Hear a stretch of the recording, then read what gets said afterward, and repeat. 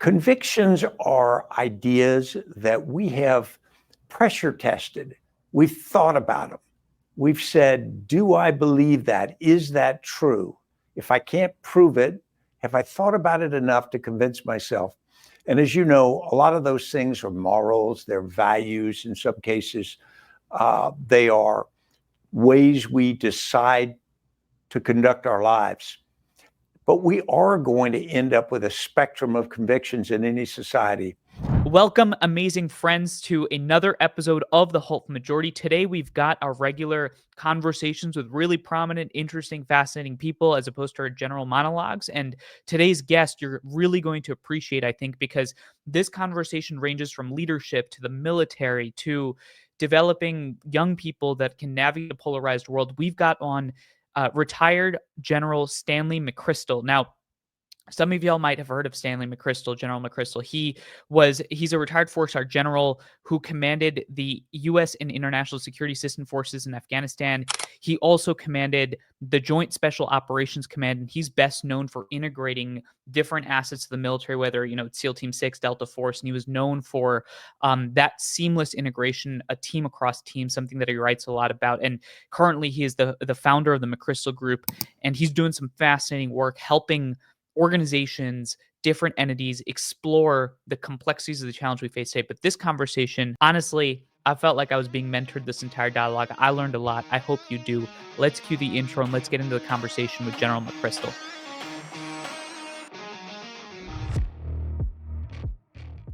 General McChrystal, welcome to the Hopeful Majority. Thanks for having me. It's an honor.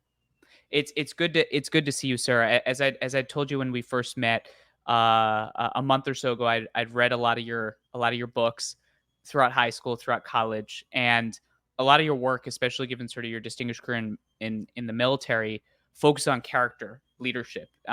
You've been writing a lot about that, speaking a lot about that. Let me just start with this.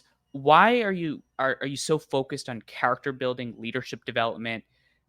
Of all the things that you could be focused on in your post-military career, why is it that you're laser focused on those things in terms of developing those skill sets for the next generation? Well, it's interesting. When I started my military career, I went to West Point in the summer of 1972. And as you remember, the U.S. Army was just sort of lurching out of Vietnam, sort of like a wounded animal at that point. It had a lot of issues with integrity and professionalism, and of course, just the things that a war does. West Point was a little bit insulated from that. And as West Point, from the day you arrive, it tries to instill in you the ideas of duty, honor, and country. And those are sort of soaring concepts. And for a 17-year-old boy, which I was when I showed up there, I was interested in how do you load a rifle? How do you maneuver troops in the field? How do you become an effective soldier? And West Point's talking soaring ideals that I thought, weren't really applicable to someone who's going to roll up their sleeves and do what young soldiers do.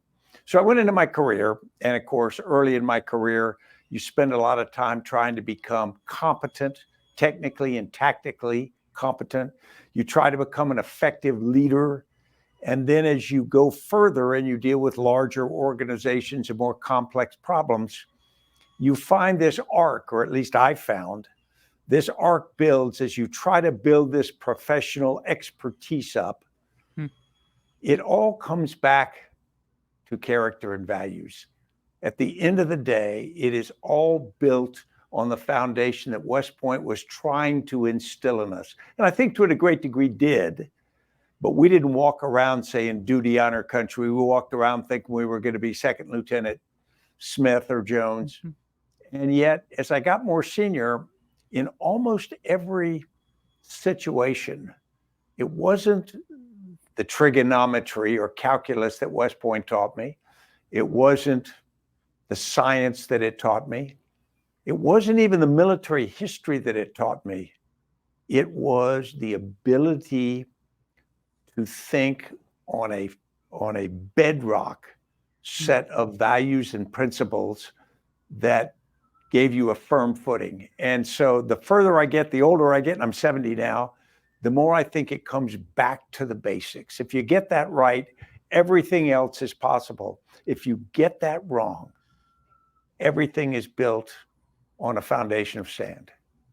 What do you think most informs those basic fundamentals? Is it life experience? Is it teaching? Is it mentorship? In your career, what have you seen that allows people to develop the correct bedrock as opposed to the flawed bedrock? Yeah, I wish I knew a perfect answer to that, but I'll give you what I think it is. Please. I think it's a combination. I think first, they're examples of people that you are around and hopefully you admire.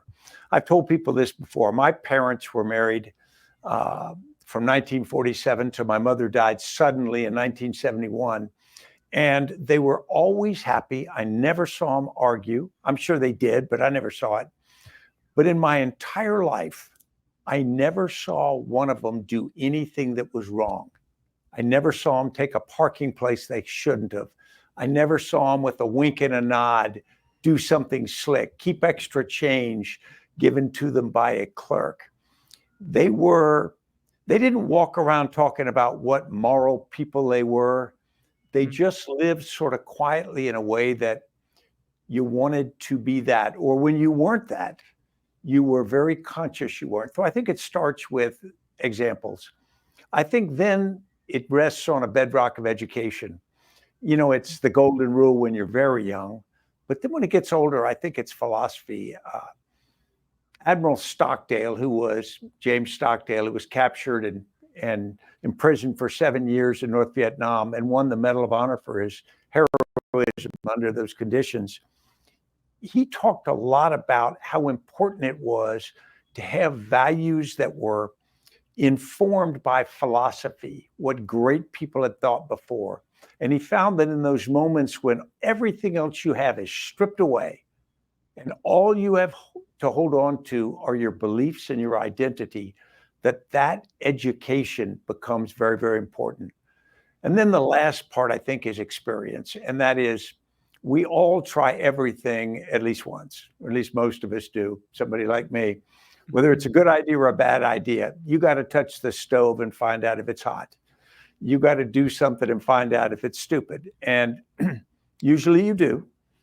But the experience in how you deal with people, how you want to be treated, what works with groups small and large, what makes you feel good after you've done it, what makes you feel guilty after you've done it. And I think all of those things come together.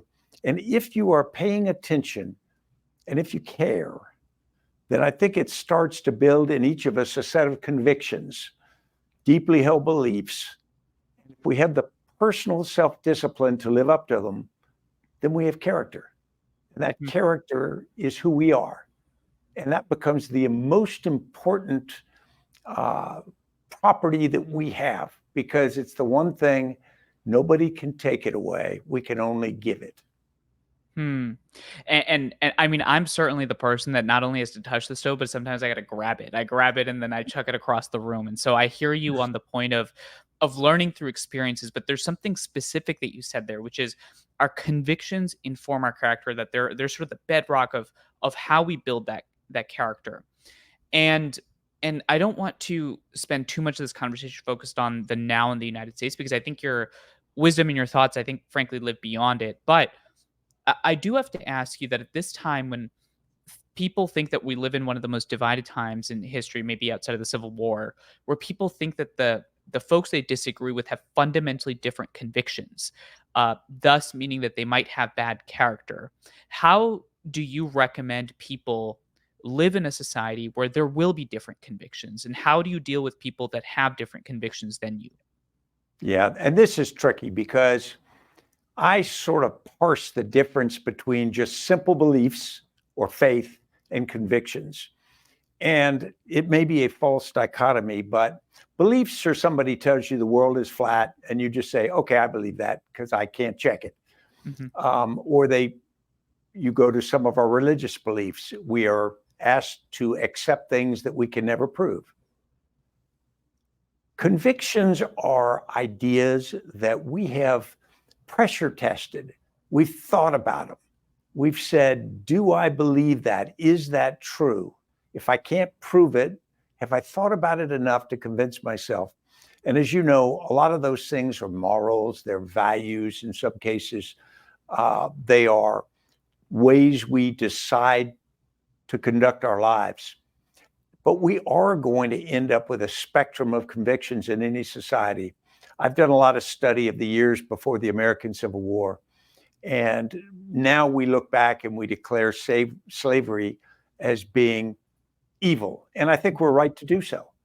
But the reality was, in the American South, there was a logic trail where people who, many cases, owned or were in a society based on enslaved peoples that said the two greatest ancient societies were Greece and Rome. They both had slavery. They both believed in it. So the logic was, if they believed in it, it must be right. And then there was a logic that said it is the best possible condition for people who were brought from Africa who couldn't otherwise take care of themselves. And so there was this way of rationalizing something to become a conviction that says slavery is not only acceptable, it is a basic good. Now, when I look at those people in the South now through the lens of history, I think, how could they be so stupid and be so wrong? But the reality was, Manu, if you and I lived there in South Carolina in 1852, we would likely hold those beliefs, at least by statistically, we would likely hold those. So rather than suddenly saying that they were evil people who completely had it wrong, instead we can say, what are some of the things that we might have as deeply held convictions that a generation from now, people will believe? I can't believe that they believed that. I can't believe that they lived according to those convictions. So I think we have to be a little bit mature and give grace and allowance to people for adopting convictions that may be completely different than ours. Then you say, well, to your real question, how do we live with that? The reality is, when we were in the midst of the counter-terrorist fight in Iraq and Afghanistan, and it was a lethal, difficult time, you'd look at the enemy and you wanted to hate them because they're so wrong. Only a person who is evil could put on a suicide vest and kill innocent people. But the reality was, their life's journey was different than yours and mine. And it's possible that with that life's journey, we'd have reached the same conclusions and therefore shown the same deeply held convictions that they were willing to die for. So I think we need to start with the idea that we're not always right. The people we disagree with are not always wrong, but we have got to reach a point where we can respect. That doesn't mean we have to agree with those people or their convictions, but respect the fact that they probably arrived to them rationally. There's probably a reason for them. And I may not even be able to talk them out of them. I may just have to accept that we're going to see the world differently, but we've got to find a way to live in it. And there's a fundamental, I think, distinction that you are making there, which is that it's important to be able to empathize even with those people that you think are your fundamental enemies, so that we can actually walk in their shoes. I mean, you bring up the example of what we would call a terrorist putting on a suicide vest, thinking those folks are fundamentally evil. But the distinction is, empathy does not necessarily excuse, but empathy allows us to understand. So let me pivot this actually back to your career. So you talked about your days in West Point, and you graduate, and you go off and become Second Lieutenant McChrystal, right? Now, you're Second Lieutenant McChrystal, and now you fast forward to November 4th, 2024. You're talking back to Second Lieutenant McChrystal. What would you tell yourself at that time about overcoming some of the hardest challenges that you experienced in your career? How would you prep yourself at that time to overcome obstacles, setbacks, things that you may never have expected, to keep that conviction and character? How would you educate Yeah, yourself? I And think the this is my first, way of getting free advice, by the way. it's Manu, we all need this advice. I think the first is to accept the fact that you are going to fail, and you're going to fail at some things that hurt. And they're all different for different people. It can be in the military, you go in through a series of schools that are hard initially with a pretty high failure rate.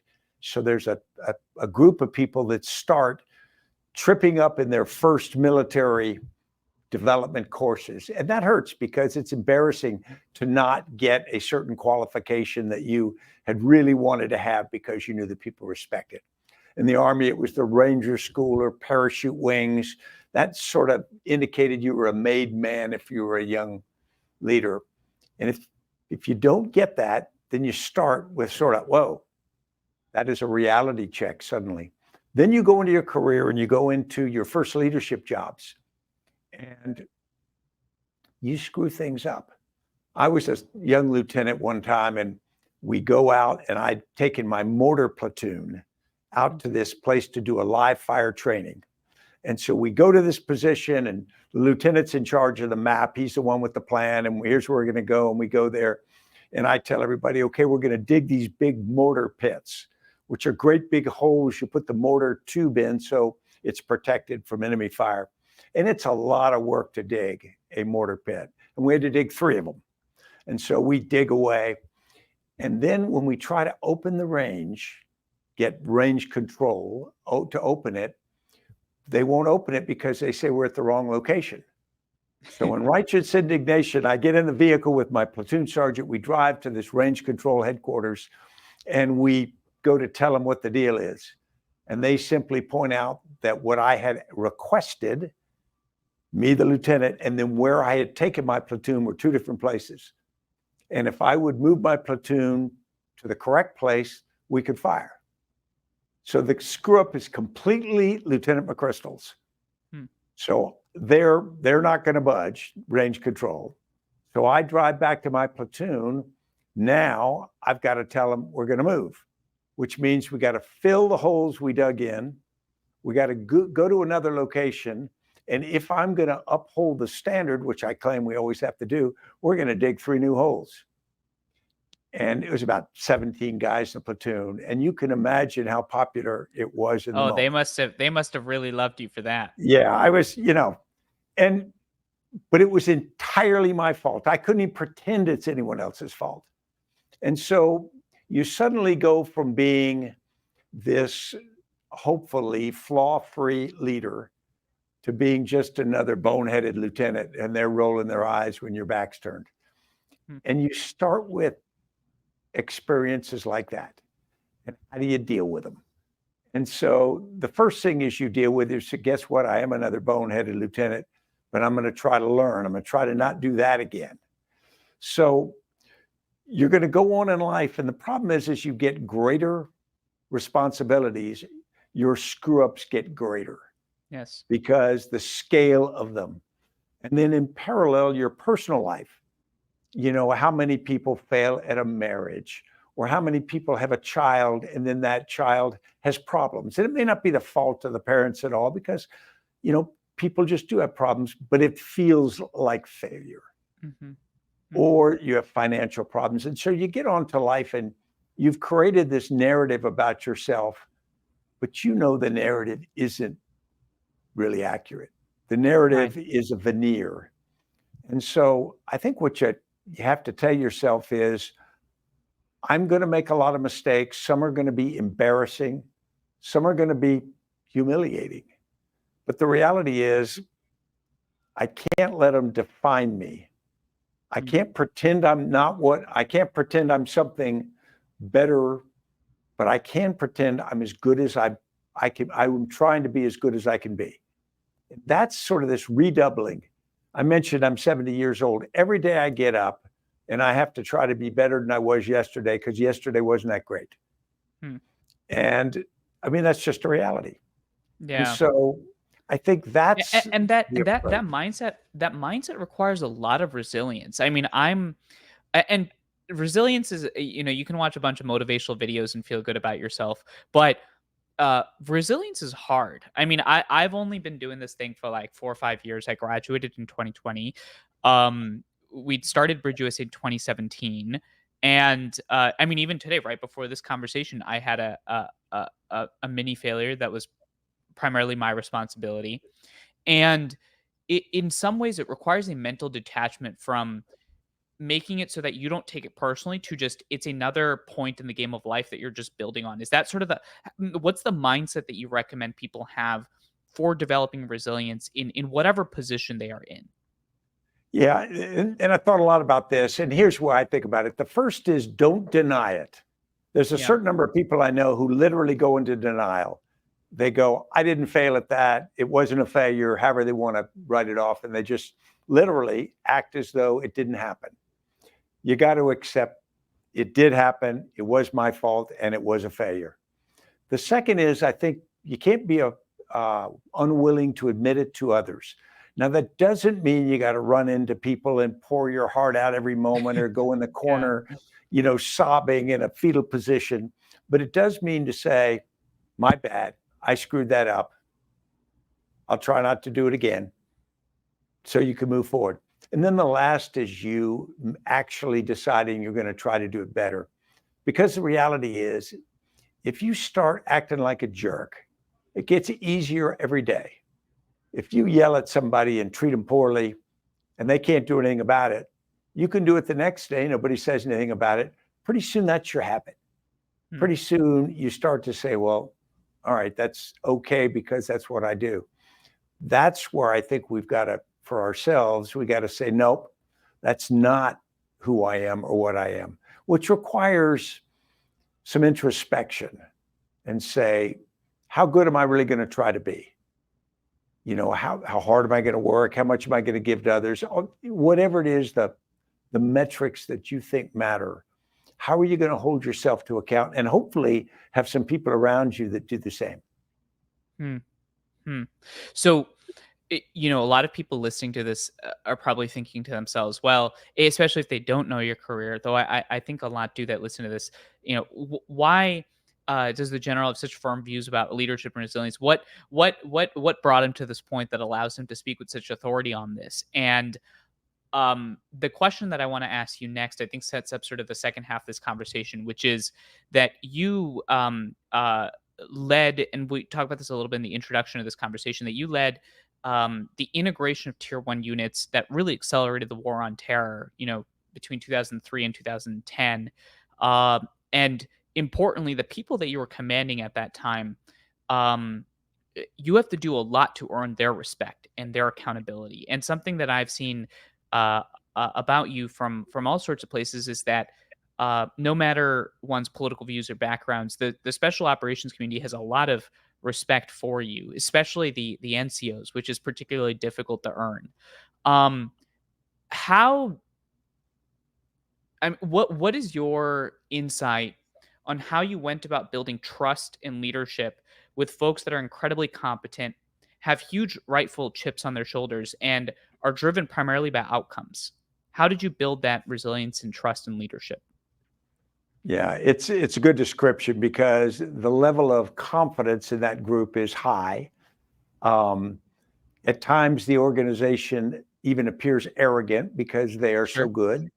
It's not inside that, but there is an affectation that is that they are so elite that nobody else is worthy around them. And I had grown up in the organization, but I wasn't the natural candidate to take over command of the counterterrorist forces. And in fact, when I was first called and asked if I would take it in the summer of 2003, I turned it down because there was another heir apparent, a friend of mine, who was going to take it. He was a hero from Vietnam. And so I said, nope, I'm not going to be the person that steps in front of the rightful heir to the throne. And they came back to me the next day and they said, he is not taking it. No matter who takes it, will you take it? Now, that second call wasn't really a request. It was an order, but they couched it that way. And I did. But when I took over, I lacked a certain amount of confidence because that group is such a group of accomplished heroes. I mean, the reality is. And when you're around them, it feels like you're in the company of heroes and when they execute. And so my thought was, how can I possibly lead this kind of group? I'll never be respected enough and whatnot. What I found was that worked. Starts with respect them. Don't pretend that you are more than you are. Don't kowtow to them because you're the leader, but respect them for the pros they are.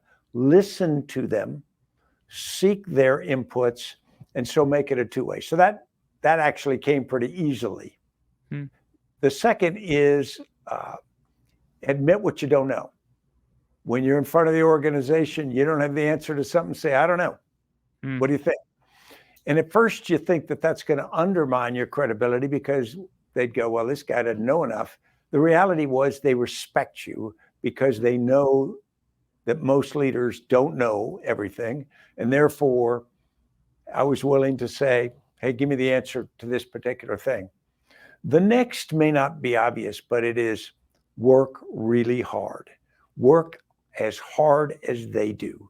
When I took command of the counterterrorist forces, part of the force was forward in Iraq and Afghanistan, Horn of Africa, and spread around, and part was back in the States, and we rotated forces. And the idea was that I would go forward and visit the troops periodically, but command back from North Carolina. And as soon as I took over, I said, that wouldn't work for me. So I went forward, and instead of commanding for 2 years, I stayed for 5. And so for 5 years, I stayed deployed, and I tried to be there. I tried to be moving around. I tried to overtly be working as hard as any one of them. Now, I may not be able to do everything they did, but I could be there. I could show my commitment. I could make the sacrifice. I could put myself physically at risk. I could put myself away from my family for extended periods. And to be honest, I think some leaders don't understand the value of this quite as much as they should, because you get a lot of credit from the organization for how committed you are. And you've got to have overt ways of showing them how committed you are. I see some very senior leaders now in business, particularly, who make unbelievable amounts of money. I mean, it's eye-watering sums of money. And I think that that is almost a bit of disrespect to the team they work with, because they are signaling you are worth X amount of money a year. I am worth 500 times that. Yeah. And I don't know many people that valuable. Some people want, and so I think there are a number of things you do to build your credibility with people who are down doing hard jobs. So when you think about credibility, I see one of the challenges that is especially relevant within my generation is that there's a real deep distrust, regardless of where we stand politically, of leadership in general. And you take someone, my age. I was born, before 9/11, and then went through up to 2024. And as we discussed on that panel, it's not the most exciting sample size of progress. And so as a result, I'm seeing a lot of apathy and a lot of concern about the ability to trust people in general. And so we live in a trust deficit environment. So what is your thinking around how leaders can build credibility at a time when there's such different sources of information, there's such challenging moments, and importantly, people don't think that leaders are necessarily acting in the interest of the people? Yeah. First, I would say the reaction of younger generations is the wrong answer to the right question, because apathy is exactly the wrong response, in my opinion. But their diagnosis of the problem is real. If we go back 70 years, right after World War II, we'll say, most leaders in government, military, or business or academia, by virtue of their position, were given a tremendous amount of respect. And if they lived according to the expectations, if they wore the right clothes, if they stood straight, if they combed their hair well, they got additional. They look the part. Yeah, the legitimacy. And then we got into politics, and that the same was true. If you were good with the onset of television, really with the Kennedy-Nixon debates, you started with the idea that if you could project well, that you would be rewarded for that. And that turned out to be true. And so we had a series of iterations where leaders became increasingly public affairs animals. Mhm. And if they were good at that, and this even played over into CEOs, you watch CNBC and other morning shows, a lot of these CEOs are just incredibly polished at telling you, Yes. yeah, I know the quarterly earnings are bad, but we're really doing well. Okay. Uh, and politicians did the same thing. And for a while, there was this inertial momentum that just carried them along. And the reality is, white males had the advantage in that because there was an expectation of they were the herd from which leaders were going to be picked. And so then they started to prove they had feet of clay. They started to not do as well at business, even though they were getting huge paychecks. They started making poor decisions politically. They started not being able to create the kind of teamwork in the political world that caused government to work effectively. And so people like your generation look and said, well, okay, wait a minute. You sort of are expected to be the leaders. You've moved into those positions, but you're not showing that you're very good at it. You're not showing you're very competent. And suddenly the very slick presentations didn't play quite as well. Now, we got to go back. The real issue, though, is what really matters. And I think it's two things. I think it's, and I'm talking about leaders now. The first is, do they have the character? Do they represent the bedrock values that we want our organization or our society built upon? And two, are they competent enough to make it happen? Because if you got one without the others, you've got a pretty significant deficit. So then the question is, can they actually do it? Are they willing to work hard enough? Are they willing to learn what they need to learn? Do the things to actually govern or lead businesses? And that's where we get. Now, I would offer that in recent years, new ways of acting have simply just replaced old ways of acting. Nowadays, CEOs come out in tight jeans and sneakers. They dance on the stage at the annual meeting. That's just a different version of what was before. Interesting. Wait, let me just hammer in on this point because you're bringing up this notion of authenticity, right? Yeah. So you're saying that the authenticity that is currently on display is actually just another continuation of really what you're just trying to do is sell to the moment. Is that right? In too many cases. There are always exceptions, and there Of are course. real leaders out there doing real things. But just because you take on those actions that are popular now doesn't mean you're any more authentic than the people were in Right. generations Just because before. I wear a hoodie on most podcasts doesn't mean that, Manu lives out of a shack. Exactly. And it doesn't mean you know any more than if you'd had a three-piece suit on. Exactly.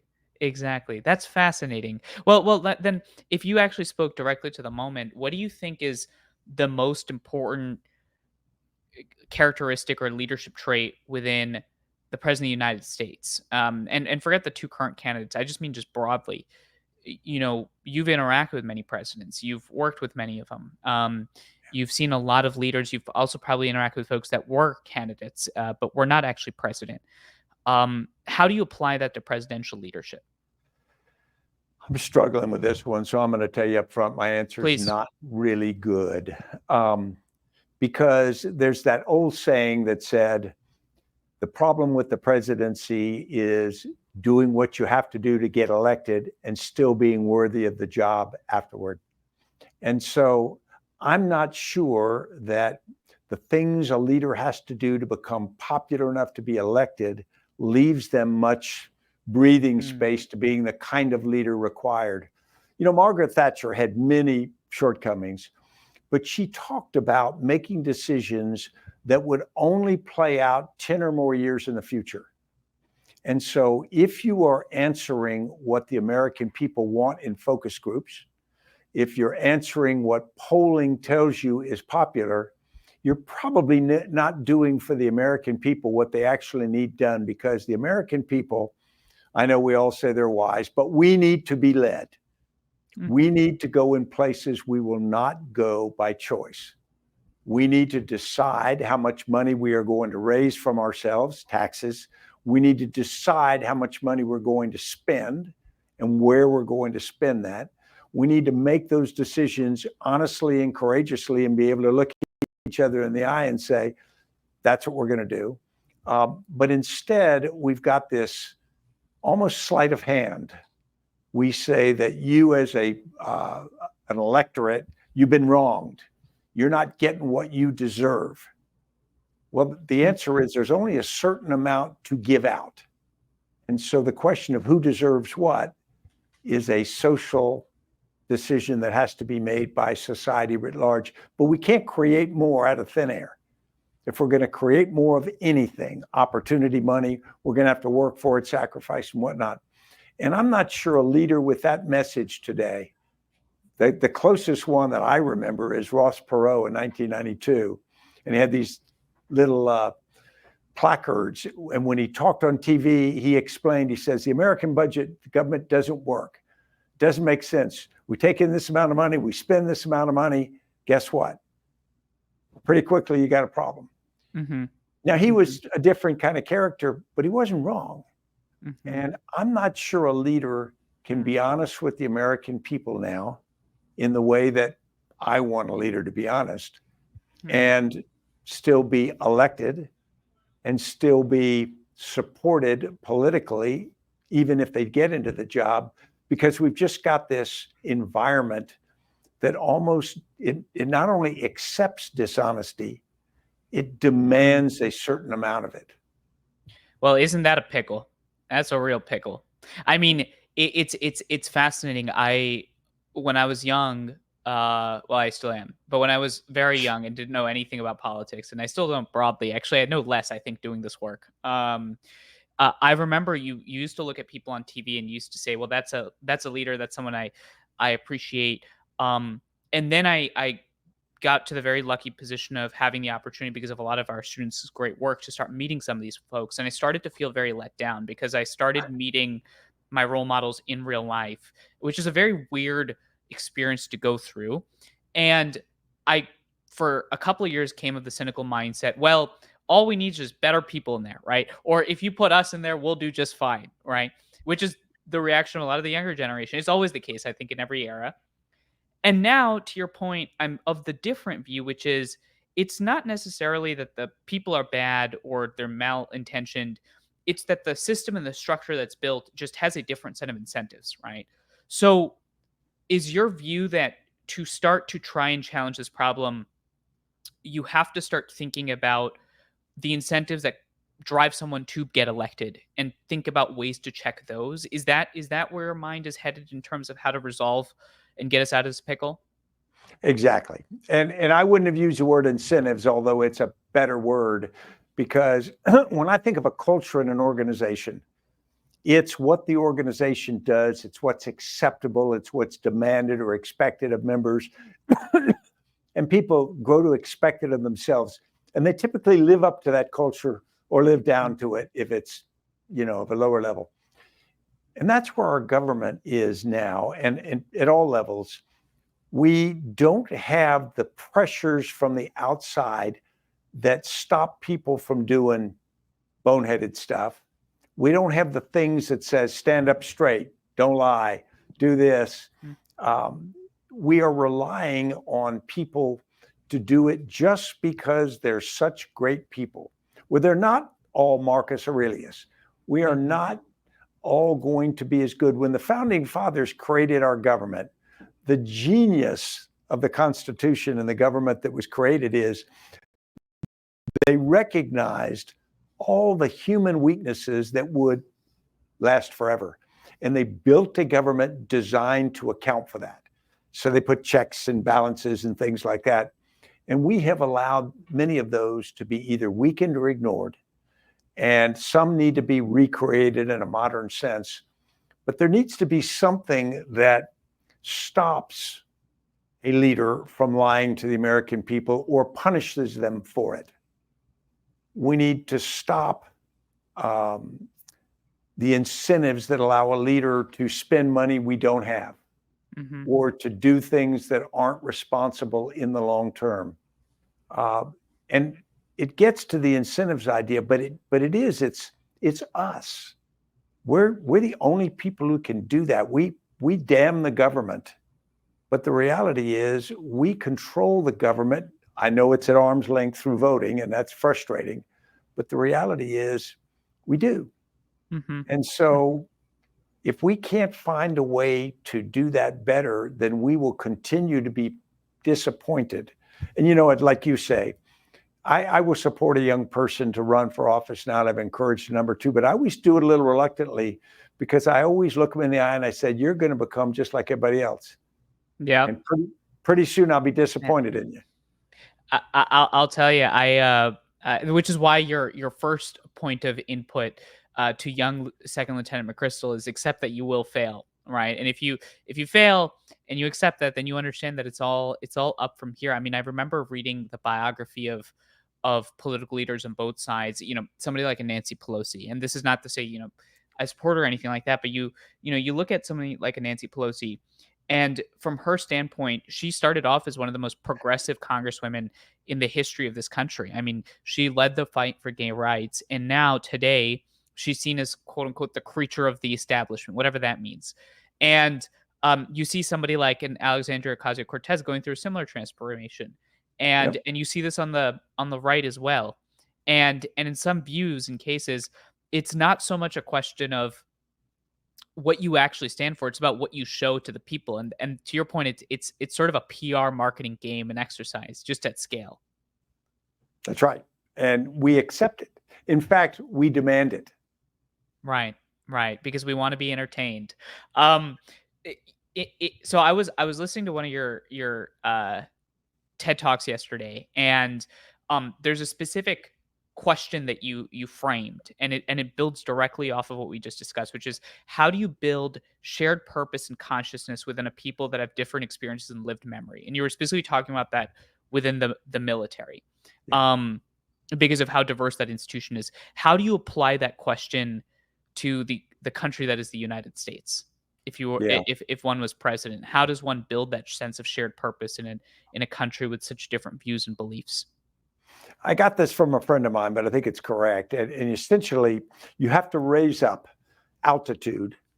And he always describes it as 30,000 feet. And at a certain altitude, when people look down, they all generally agree. If we take the United States of America, what are those things we can generally agree on? Well, we generally agree that we want to be safe from foreign threats. We generally agree that we would like to have an economy that provides us the ability to build wealth and do all the things we want. There are certain things we sort of generally agree on it.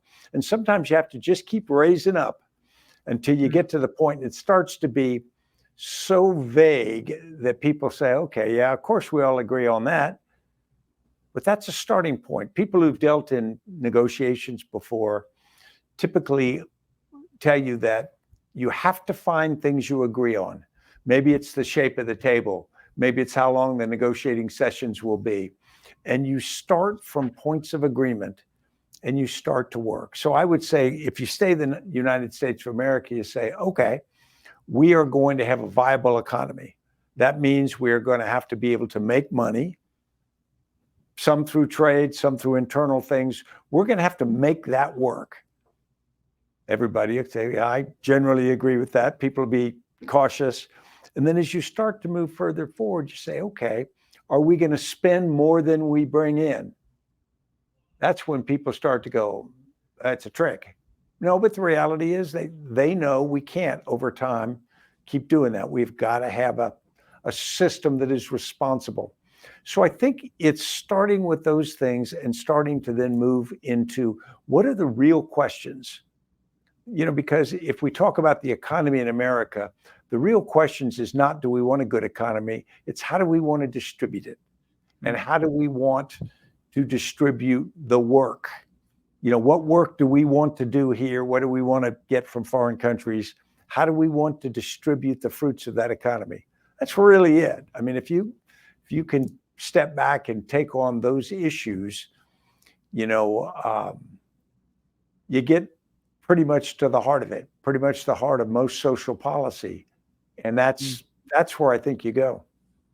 Yeah, you've raised the altitude and you identify arenas of agreement. I mean, when I travel the country or you're just, on the road meeting people, you rarely see the Twitter mob in real life. You rarely see the loud people that are dividing us in real life. I've never actually met one of them, and yet Yeah. they apparently drive everything. And so it's how do you break through that noise and how do you cultivate that character? So then, as you think about the next generation of leaderships, one of the other folks I had on the podcast now a decent while ago was David Gergen, and David is what I call lovingly the Dumbledore of Washington D.C. He knows everything and knows everybody and has had a very expansive career. And so I asked him this question, and like to ask you that question as well, which is, what is your advice to the next generation of leaders in trying to build that sense of shared purpose in a society that which is great, has a lot of diversity and has a lot of differences. I think that's something that's really exciting. What is your advice to that generation of leaders? Well, interestingly, I'm sitting in the room right now with one of David Gergen's closest friends and associates. And I counted him as a friend, and Yeah. I hugely admired him. And when I describe David Gergen, it's the idea that he was willing to deal with people from different backgrounds, different political persuasions. And so every time I heard him discuss something, he was discussing it from a way that said, now, wait a minute, there is another perspective, and it's not crazy, it's not irrational. And when you admit that possibility, then suddenly your mind opens a bit. It's like being very religious, and there's nothing wrong with being very religious, but the danger with that is if I believe the tenets of a religion absolutely, then I am almost inviting myself to say every other religion is wrong. Because if the Almighty is a certain way, my interpretation, then everybody else must be wrong. Well, maybe that's not the case. Maybe there are multiple truths, or maybe it's wide enough, or maybe there's enough to mine. And that's why someone like David Gergen served such a critical role, but there weren't enough David Gergens. That's the problem. He writes a lot about how the presidents until Bill Clinton, between John F. Kennedy and George H.W. Bush, all of them served in the military. And he writes a lot about how that has an impact on their leadership, their sense of character. And so the last question I have for you is, how do you think about the evolving role of service and military service in particular as a training ground for young people? What do you Yeah. think about its role? What do you think about its importance? And do you think it's a value? Yeah, well, I clearly do. And David was a veteran himself, a Navy veteran. And I think he and I had talks about this. It's the shared experience. Because if you think about it, if everybody went to the same school, if we had one huge high school in the United States and everybody went to it, they would have a shared experience. They might hate the principal or, be frustrated with the lunchroom, which would be pretty crowded. But the reality was they'd have a shared experience. And if they actually interacted, one of the things that was the good side of World War II, and it's hard to find an upside of a world war, but the reality was 12 million Americans put on the uniform and everybody was involved in some way. And so the reality is, after that war, there was this shared experience. People could look at each other and say, where did you serve? What did you do? And they may have not liked the experience, but they could look at someone else and they say, we're all sort of equal. There's something to it. So I think military service still does that, but with a volunteer service, the problem is that's a much smaller group. I'm a great believer in national service, which includes civilian service in every manifestation, simply because I think it will make everyone who has the experience a better citizen.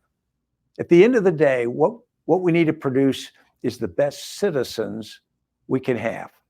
We got to educate them. We got to give them experiences. We got to give them support. We got to get them healthy or keep them healthy, because they are the product of a nation. It's nothing else. It's citizens. And so if we look at them as our greatest national asset, they warrant our greatest investment in time, energy, passion, and everything else, because they are where we'll get the big payoff. Hmm. Well, I got to ask you one last question selfishly, as someone that I personally have read a lot of military history. My grandfather was in the Indian Army. My parents immigrated in '98 to the United States. Uh, do you have a military leader or a general that you particularly look up to, that you find as a good model of leadership that people listening to this podcast ought to check out? I do, and you know about him because you got the book about him behind you, Ulysses Grant. And people want to There say he is. Ulysses S. Grant, but he was just Ulysses, no middle name. But he had tremendous failures early in his career. He was a successful young officer, and then he had a problem with alcohol. And then he had a problem with business. And then he came back into service for the Civil War, and he proved not to be a genius. He proved to be a good man, a solid leader, willing to make really tough decisions. And so there's a famous story of May 1864 when the Army of the Potomac, which he is accompanying at that point, fights a battle in Southern Virginia, and they get bloodied. And as they are marching the day after the battle, they come to a fork in the road, one which went north, one which south, and he directed the army south, and the army, which meant into combat again quickly. And the army cheered. They didn't cheer because they were happy to go into combat, because going north would have been a respite, but they were happy that they had a leader who knew what it took to win, and he was willing to do that to end the war. And so that's the kind of leaders I think we need. Well, General McChrystal, thank you for your time. I know you could be in a lot of places right now, and thank you for your service and your work. I really appreciate your time, and I think our listeners appreciated the conversation. Well, I couldn't be anywhere better than this today. So thank you so much, Manu. Thank you, sir. Thank you, everybody, for listening. I really appreciated General McChrystal's time, but more importantly, his insight. He provided some fascinating threads into how we think about the world, how we should operate. And here's the kicker. There's going to be more conversations like this every Monday, YouTube, Spotify, Apple, wherever you get your content. We're building the hopeful majority because we're trying to build a world in which we can have conversations instead of in unproductive disagreements, especially at a moment where people are looking for us to actually talk to each other. So I'll see you next week. And also, if you notice you're on video, that my background's changed. Yes, I'm in another hotel somewhere far, far away.